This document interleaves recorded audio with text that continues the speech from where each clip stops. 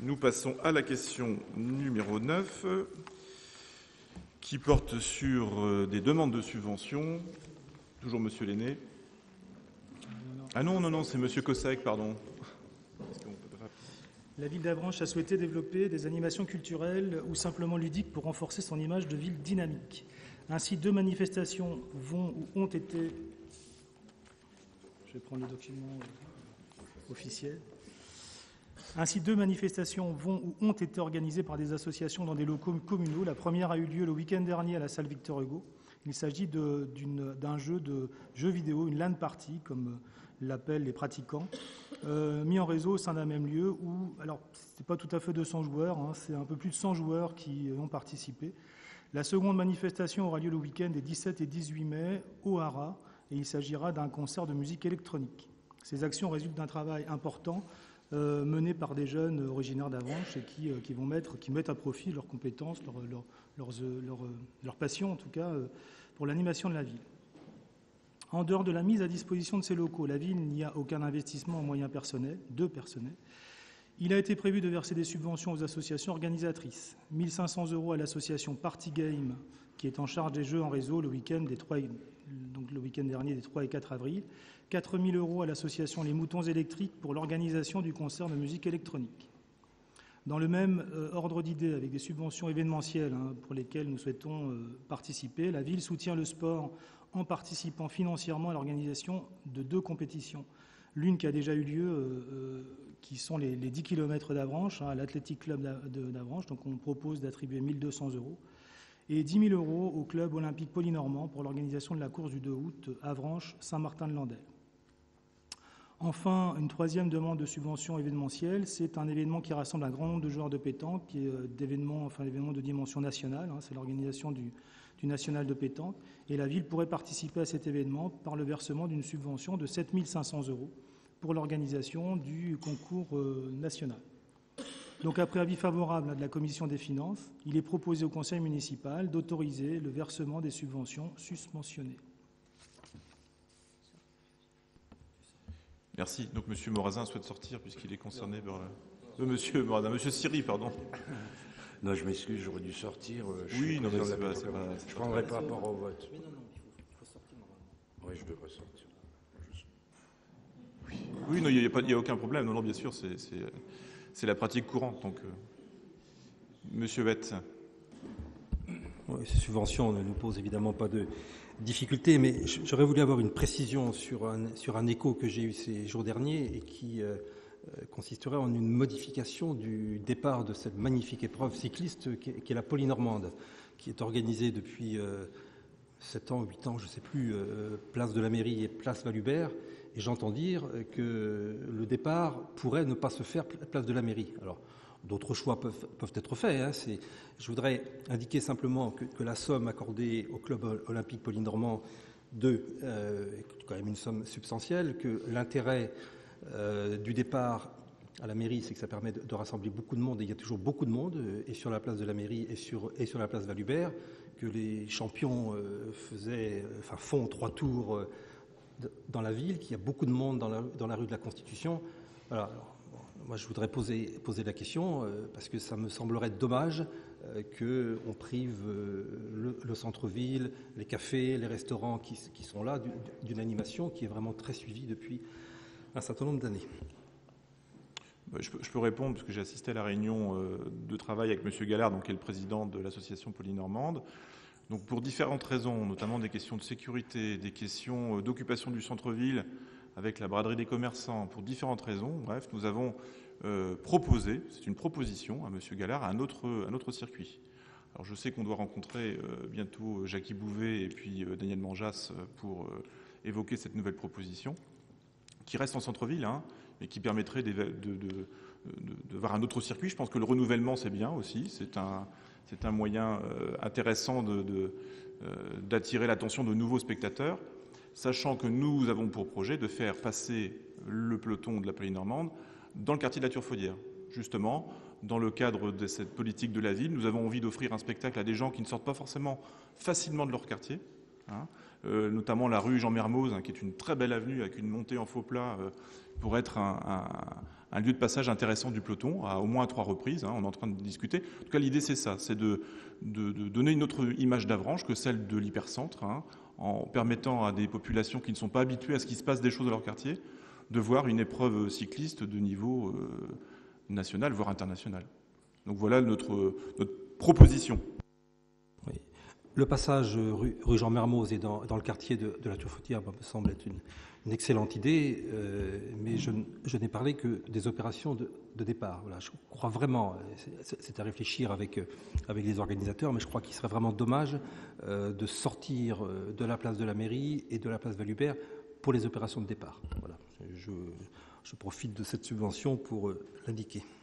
Nous prenons note de votre remarque. Et puis nous verrons avec M. Gallard comment ajuster de toute façon ce nouveau départ, cette nouvelle proposition qui, encore une fois, mérite d'être discutée encore. Monsieur Morazin. Merci beaucoup.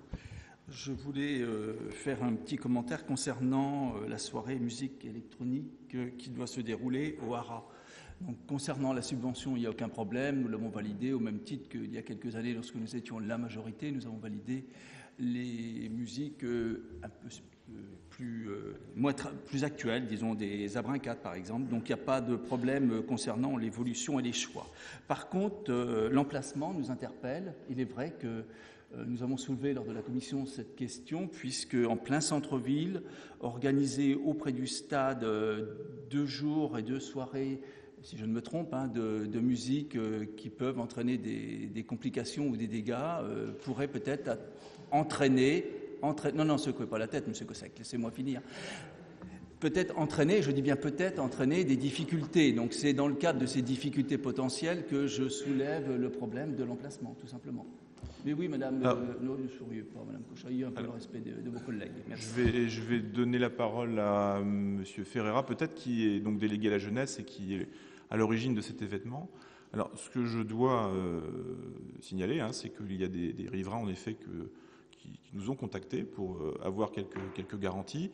Nous allons leur apporter dès demain, donc des garanties en termes de sécurité, en termes de volume sonore, puisque ce projet a été très bien construit, mais je laisse Nicolas Ferreira nous le présenter en détail. Oui, alors je voudrais rassurer monsieur Morazin. Normalement, il ne devrait pas y avoir de dégâts parce qu'en fait, nous avons été contactés par une association de jeunes domiciliés dans différentes communes de la communauté de communes d'Avranches et ils voulaient mettre à profit leurs compétences professionnelles ou les compétences qu'ils ont acquises dans leurs études. On a beaucoup de jeunes de l'association qui sont à l'école Louis Lumière à Paris. Et donc, ils voulaient proposer un festival dans la ville d'Avranches, donc dans notre ville, de découverte de la musique électronique dans toutes ses composantes, en fait, dans tous les styles musicaux qu'il peut y avoir au sein de la musique électronique. Ils voulaient aussi, et ça rejoint notre volonté, c'est de mettre en avant le patrimoine avranchinais. Donc, c'est pour ça qu'ils nous ont fait une demande de faire cette soirée au Hara. Demande que nous avons acceptée après longue discussion avec eux. Donc effectivement, en termes de sécurité, nous avons toutes les garanties possibles. Nous leur avons demandé des garanties, c'est-à-dire qu'il y aura une équipe de sécurité. Le site sera barriéré, donc les riverains n'ont pas à craindre pour leurs habitations et leurs propriétés. Donc il y aura une équipe de sécurité, site barriéré. Concernant les nuisances sonores, effectivement, des mesures de prise de son ont déjà été faites. L'événement respectera donc les mesures sonores indiquées par le gouvernement. Donc là, j'ai ici la loi en fait qui impose les mesures sonores à 105 décibels en niveau moyen et à 120 décibels en niveau de crête, c'est-à-dire dans des pointes sonores. Donc effectivement, les mesures ont été faites et le jour de l'événement, j'ai envie de dire aussi le soir de l'événement, le niveau sonore respectera ces mesures imposées. Voilà. Et concernant la crainte des riverains, bien entendu, nous allons aller les rencontrer dès demain pour leur exposer le projet précisément pour qu'ils aient bien entendu tous les détails. Madame Cochet va apporter une précision. Voilà, une petite précision, c'est que il y aura de toute façon une réunion de préparation de cet événement qui se fera avec les services de la ville, mais également les forces de sécurité de la ville d'Avranches, donc la gendarmerie, les pompiers, la police municipale.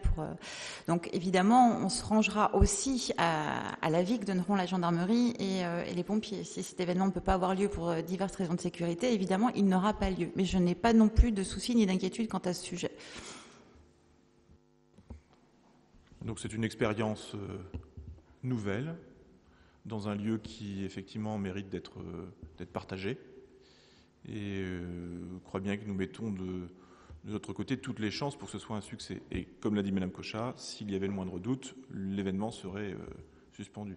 Nous avons M. Delaunay d'abord et ensuite M. Ferreira.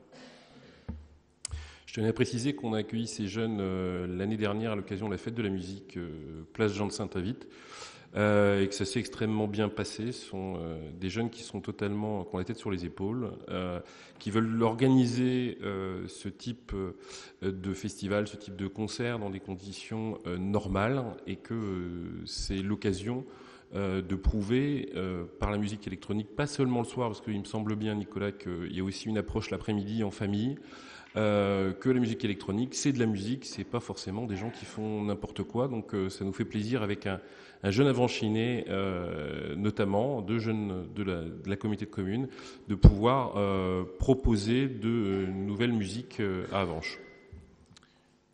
M. Ferreira. Oui, voilà, c'était juste l'élément. Donc, en fait, François mettant la perche, effectivement, c'était pour préciser que dans le cadre de dans leur volonté d'ouverture et de démonstration de ce que peut être la musique électronique dans toutes ses composantes, l'événement commencera le samedi après-midi à 14h sur la place, sur le parking face au Haras et sera totalement libre d'accès pour que chacun d'entre nous puisse aller voir et découvrir cette ambiance musicale.